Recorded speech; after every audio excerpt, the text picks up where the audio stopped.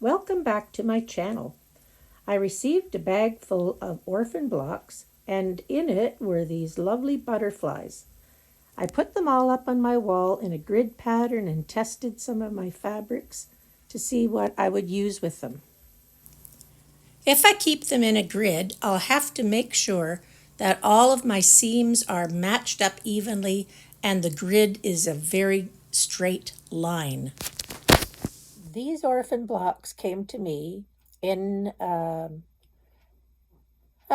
of a sad way. One of the people in the community passed away, and we're clearing away some of the things that she had in her closets. And I got some bags of fabric, scraps mainly, but some orphan blocks. And behind me on the wall, you can see I've already made a start to put the blocks together.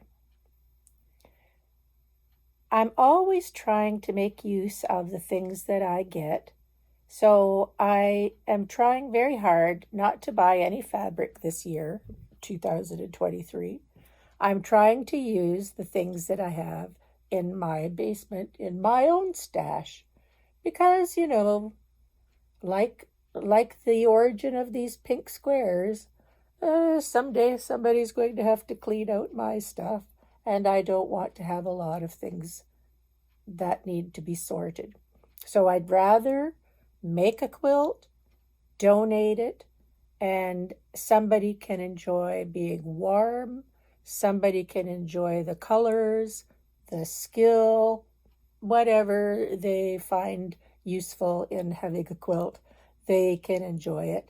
And it makes me feel good to give them away. The person that made these spent a lot of time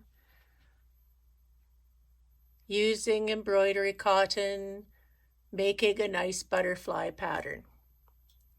Sometimes when I get things donated to me that have been in a basement for quite a while, I have to check that there's no stains, that the fabric, I test it with an iron and I wash one to make sure that the fabric that is the substrate of the quilt is not going to melt with heat if somebody puts it into a hot place, or it's not going to shrivel up, or it's not going to fall apart the first time it gets washed.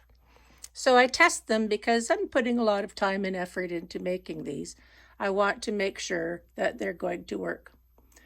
Now, and I squared them off to 8 1/2 inches. And then I laid them out in a grid pattern, 8 across and 9 down.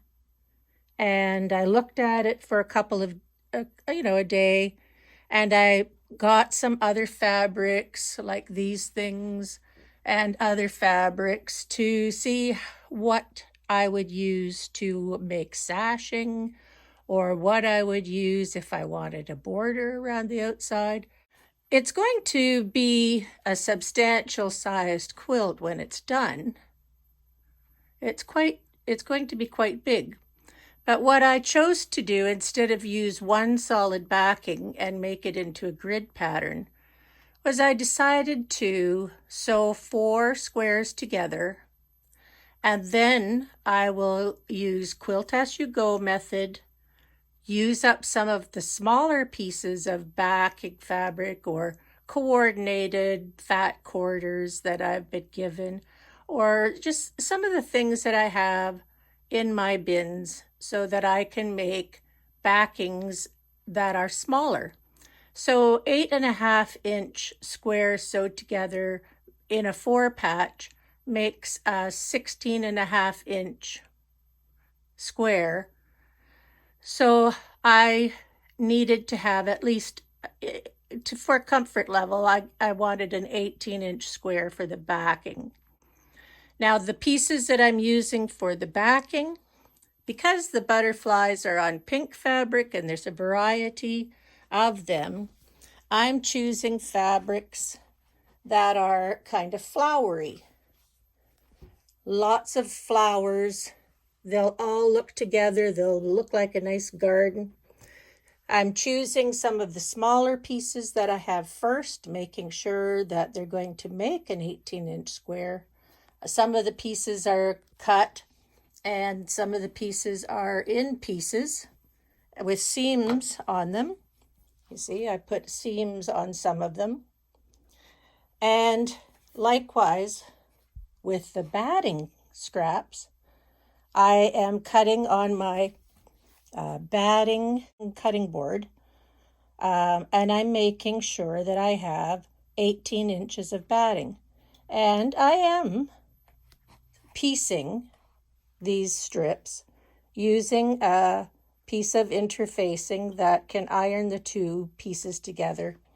Because the squares are only 16.5 inches, one seam in the batting will easily be held in place when the quilting is done.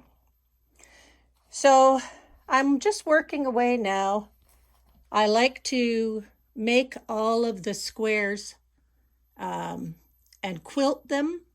Then I turn them over so the pieces on the back are going to not be two pieces that's exactly the same fabric side by side, but I mix up the backings as well.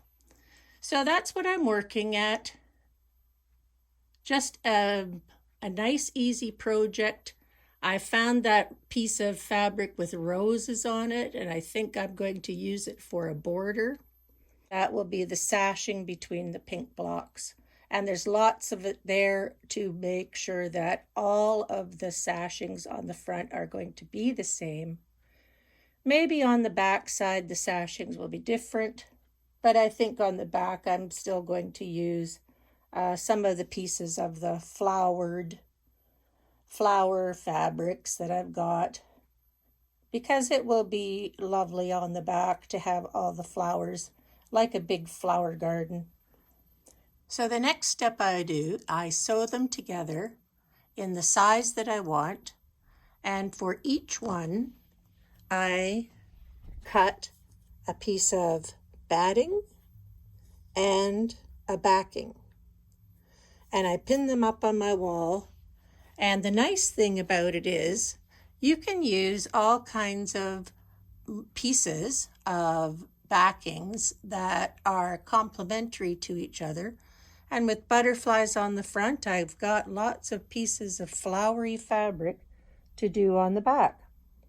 And all I'm doing for my free motion stitching is I'm doing a variegated thread, doing a kind of a leaf pattern, and I'm starting at the bottom and just rolling my way up around the butterfly, giving myself a little bit of a butterfly pattern here, and then coming off the top with another leaf and continuing to the top.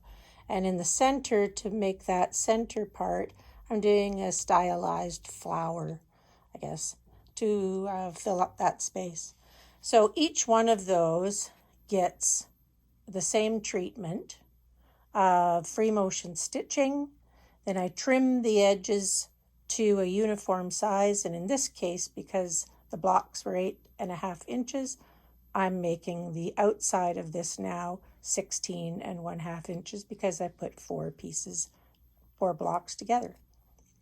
So when I have the piece quilted and trimmed, I always put them back up on the wall so the backing is showing to me, and that way I don't put two similar pieces or two the same pieces side by side.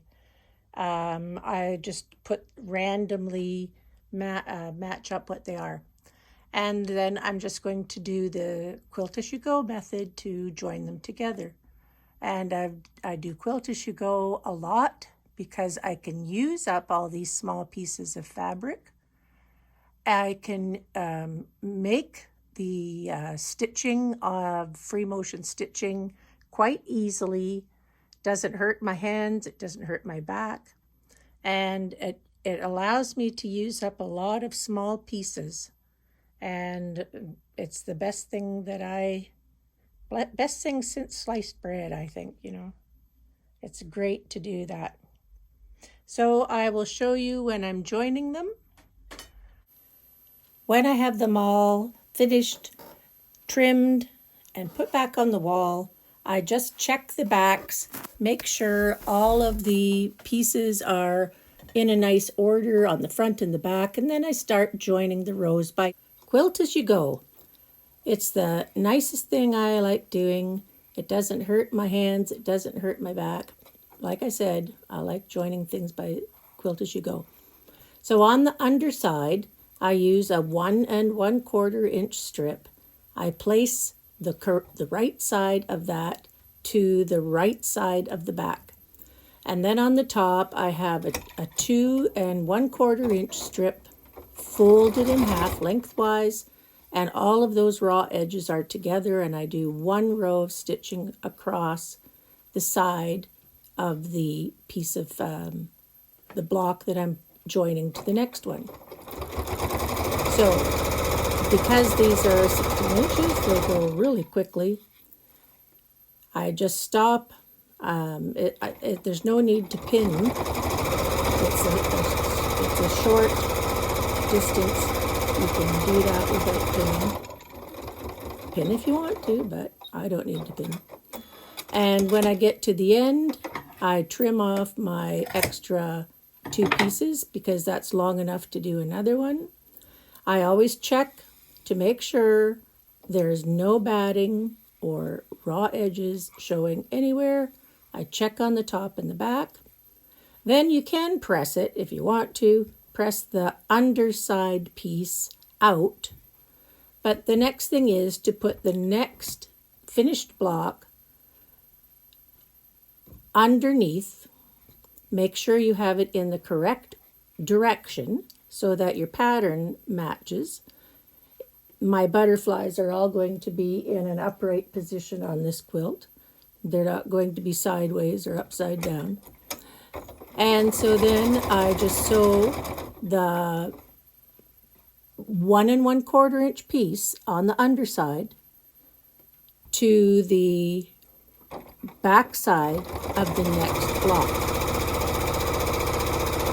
Stitch along at the 1/4 inch distance from the edge.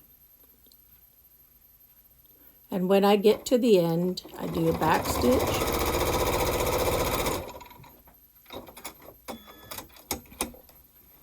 Then I open them out. I always check to make sure that I have, in fact, got a good seam at the back and there's no raw edges showing where I don't want them to be showing.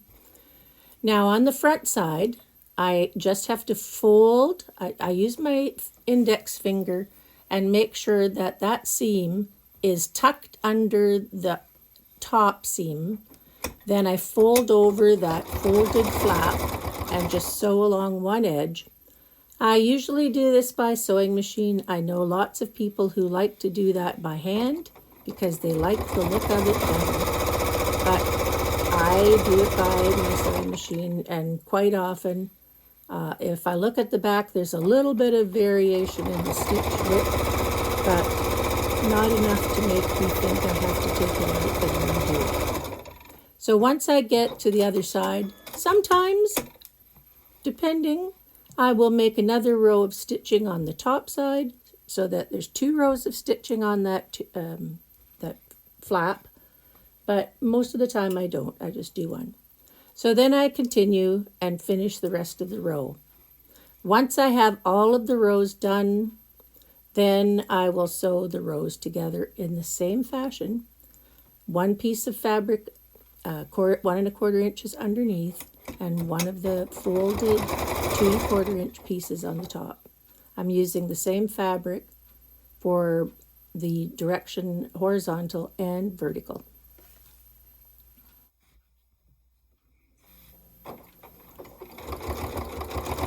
There, I will just finish this row. I'll flip forward, fast forward to trimming this. I'll let you see what's happening as soon as I finish the entire row. I take it over to the side table there, and there are little nibs of seam sticking out over the edge because I just cut them off with a scissor. Now I'm going to just trim the sides straight. Use a ruler, and I span my ruler over at least 2 blocks so I know that I'm getting a straight line.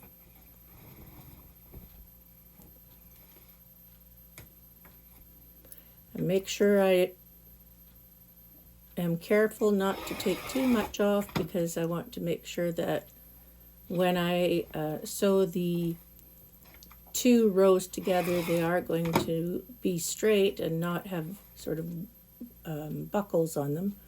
I also measure across because sometimes there's a little variation and you have to just accommodate that and trim a little bit more off. And that's just the way things go. So both sides are trimmed. I'll put it back up on the wall now, and I'll go on with the next part. You see how I have staggered the seams between the rows? That's a very good plan. If I had done it in a grid pattern at the first place, I would have to have my rows all nice and straight, but this way a little variation doesn't hurt. And when I sew the rows together, then I'm going to measure that piece of rose flower over there, and I'm going to put a border around the whole thing with a rose pattern. But until then, I'm going to bid you adieu right now, and I'll catch you up in another couple of weeks to see how the end result has come and gone, and I've started something new. So have a nice summer. It's been great doing this video, and I'll see you next time. Bye.